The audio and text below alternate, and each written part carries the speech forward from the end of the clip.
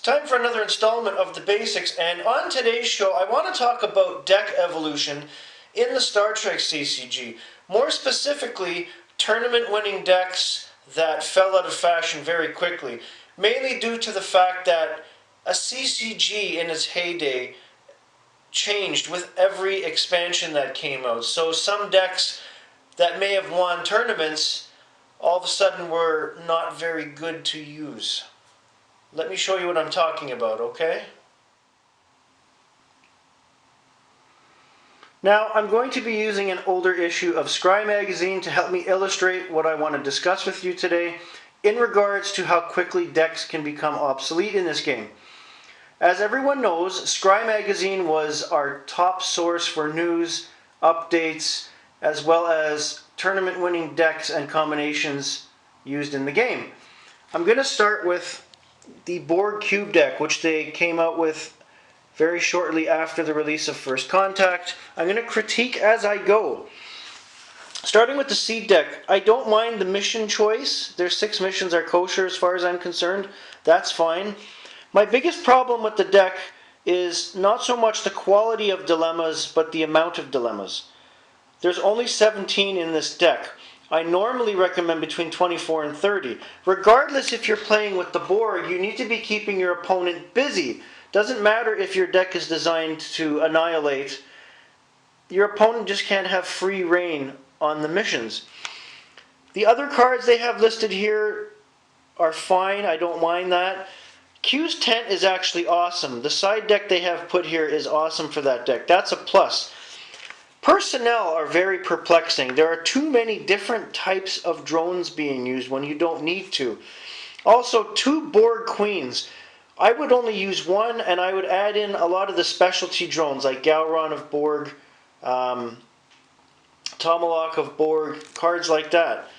Ships, they have 3 Borg cubes and 1 Queen's Borg cube. I would change that to 2 cubes, 1 Queen's Borg cube, and a possible Queen's Borg sphere.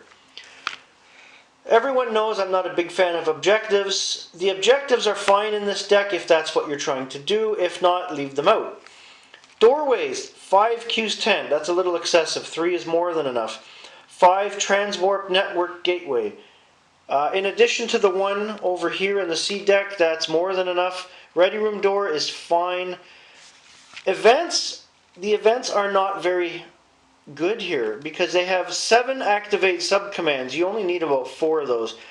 2 of the Traveler Transcendence, which is fine, and 1 retask. You should have 2 retasks, and you're missing about 4 or 5 other power cards that you should have in this deck, i.e.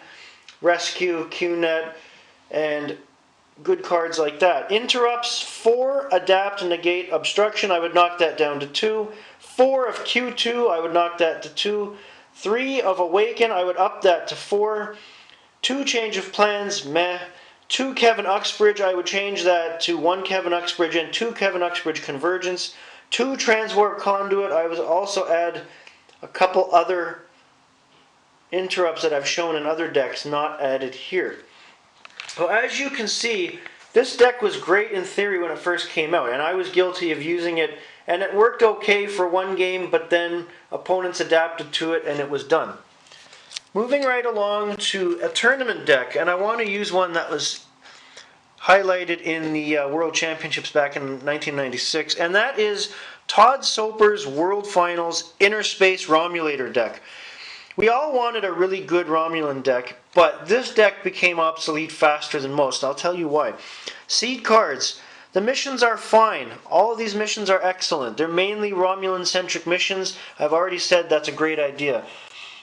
He has 18 dilemmas. That's still a little low, as well as 3 of Shaka when the walls fell, 2 Empathic Echoes, and 2 Cardassian Traps, 2 Frame of Minds. I would not use 2 of each of those.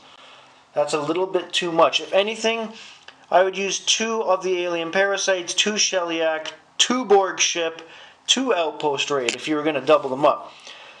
Doorways, 1 Alternate Universe Door and 1 Q's Tent. I would up that to 2 Alternate Universe Doors.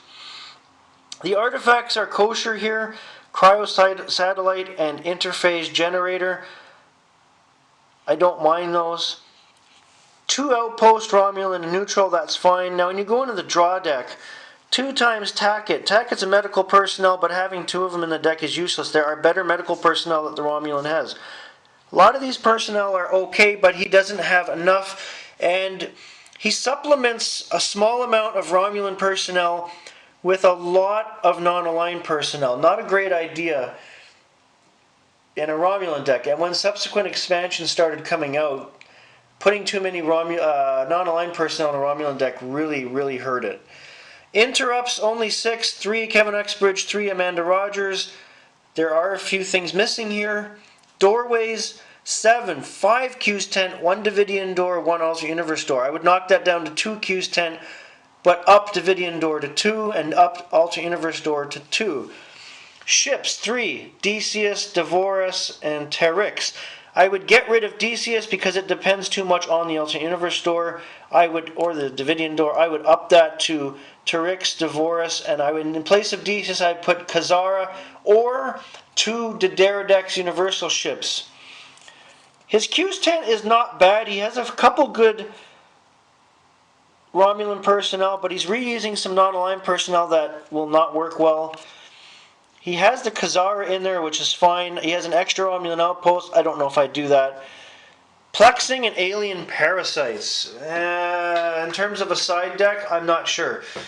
And again, that deck and another deck on this page, I used both of them back in the day right after this magazine came out.